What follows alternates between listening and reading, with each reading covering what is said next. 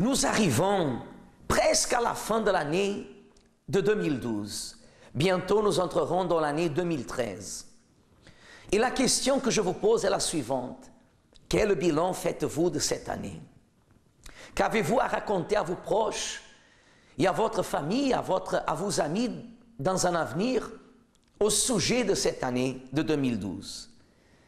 Est-elle une année de victoire, de réussite, une année de joie, ou est-elle une année de douleur, de souffrance, de malheur, de tristesse, d'échec et de défaite? Est-ce que cette année restera-t-il dans l'histoire de votre vie comme elle va rester dans l'histoire du monde, comme une année de crise? Ou sera-t-elle une année de réussite? Beaucoup de personnes le savent, le pourquoi de cette question. Beaucoup de personnes comprennent le pourquoi de ma question au sujet du bilan de cette année de 2012. Parce que nous savons que plusieurs sont les personnes qui ne vivent pas, mais qui survivent. Ça, c'est la vérité. Beaucoup de personnes, pendant l'année 2012, elles n'ont pas presque ni même eu un sujet de joie, d'allégresse ou de victoire. Nous entrerons dans l'année 2013 et la question qu'on se pose est: que sera-t-il de cette année? Cette année sera ce que vous-même vous décidez qu'elle sera. Peu importe quelle que soit la situation, les circonstances dans lesquelles vous vous trouvez. Mais il y a une possible solution pour votre vie. Pourquoi possible? Parce qu'elle dépend de vous.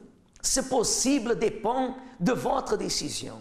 Si vous décidez que votre vie, elle peut changer, elle va changer. Et c'est pour cela que nous sommes en train de participer de la campagne d'Israël dans la foi de Gédéon.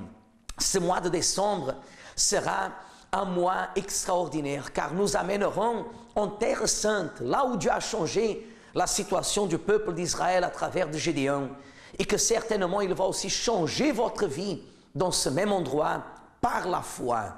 Nous, dans le centre d'accueil de l'Église universelle en Belgique, mais comme dans toute l'Europe et dans le monde entier, nous sommes déjà en train de vivre cette foi, indépendamment du problème que vous soyez en train de vivre, indépendamment des circonstances que vous soyez en train d'affronter. Croyez, il y a une solution pour votre vie. Vous êtes notre invité, nous vous attendons pour marcher et vivre dans la même foi au nom du Seigneur Jésus. Que l'Éternel vous bénisse et à la prochaine.